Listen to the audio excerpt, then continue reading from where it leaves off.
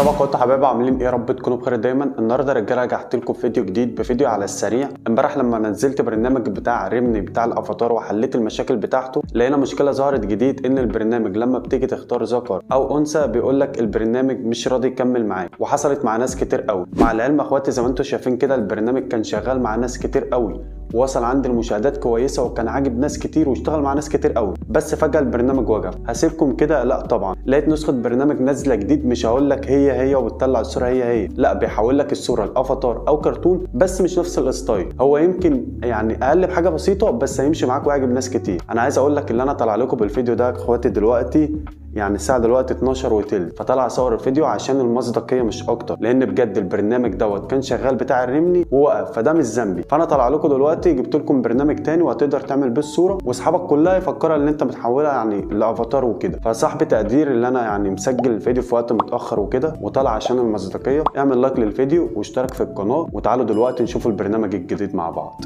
يلا بينا.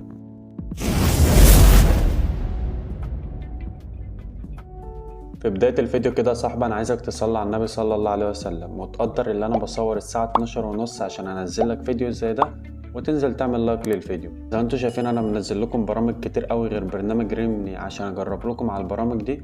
للاسف ولا برنامج شغال غير البرنامج اللي انا جايبه النهارده. بجد انا دورت كتير قوي لما لقيت ان البرنامج ده وقف، وانا اصلا زعلت ان البرنامج وقف لان يعني كان شغال مع ناس كتير وعجب ناس كتير. المهم عشان ما نطولش في الفيديو كده يا صاحبي انا جايب لك البرنامج ده. طبعا البرنامج ده هتلاقي اللينك بتاعه في الوصف وهتلاقيه متثبت في اول تعليق. انت ممكن اصلا تحمله من متجر بلاي. طيب طبعا رجاله البرنامج ده هيكون مؤقت لحد ما نلاقوا حل لمشكله لبرنامج ريمني، تمام؟ هيكون مؤقت معانا بس بجد برنامج جامد. كل اللي عليك يا صاحبي البرنامج هيفتح معاك بالواجهه دي كده. هتضغط على الشمال اللي انا معلم لك عليها تحت. اول ما تضغط عليها يا صاحبي هيجيب لك الشكل ده. طبعا ده اللي هو بيبقى شبيه معانا للافاتار. انا ما بقولكش افاتار يا صاحبي، بقولك شبيه للافاتار. بس بجد برنامج جامد جدا وناس كتير قوي هتفكرك اللي انت يعني عامله ببرنامج الافاتار وكده. طيب هتضغط على الكلمه دي كده يا صاحبي. زي انت شايف بيقولك اختار الصوره. وليكن مثلا كده اخواتي انا هنزل عايزين اي صوره من دول نجربها مثلا. هنجرب مثلا الصوره دي كده اهو. حلاوه البرنامج ده اللي هو بيعمل لك اي صوره عندك. اي صوره عندك البرنامج بيعملها لك. وبص مش بيعمل لك ايه مثلا، مش بيعمل لك اللي هو الوجه بتاعك كده، لا ده بيعمل لك الخلفيه كلها. زي انت شايف كده البرنامج عمل معايا الصوره ما كملش 30 ثانيه او 15 ثانيه اصلا. وطبعا جايب لك فوق هنا اشكال، بتختار الشكل اللي انت محتاجه وبتختار الشكل اللي هو بيمشي مع صورتك. طبعا انا شايف الشكل رقم 4 دوت ماشي مع الصوره خالص. كل اللي عليك بتضغط على كلمه داونلود، تمام؟ زي ما انت شايف طبعا البرنامج ده بيحتاج نت. اقول لك يعني كام ثانيه بس وتلاقيها نزلت عندك على التليفون اهو. تم حفظ الصوره.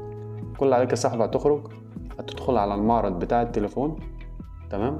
وبعدين هتدخل على الصوره. بص يا صاحبي الصوره جامده من غير كلام، يعني من غير كلام الصوره جامده. بصوا كده يا رجاله انا لما بعتها هنا على الواتساب عندي ده انتوا شايفين كده انا في شات ماندو ده اخويا. طبعا هو لما كان قال لي اعمل لي الصور وكده بعت لي قال لي اعمل لي الترند الجديد. دخلت اعمله لقيت برنامج ريمني وقف برضه. فالمهم عملت الصوره ده بعتها له وقلت يقول رايه وكده.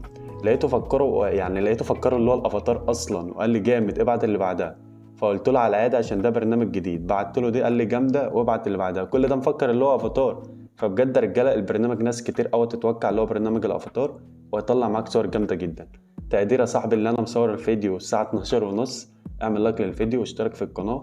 والله العظيم عمري ما بنزل حاجه على القناه كدب او بنزل حاجه اللي هي يعني لازم ان انت تستفاد منها. فلايك يا صاحبي، ولو انت جديد اشترك في القناه وفعل الجرس اعمله الكل. سلام يا اخواتي، اشوفكم شرح جديد.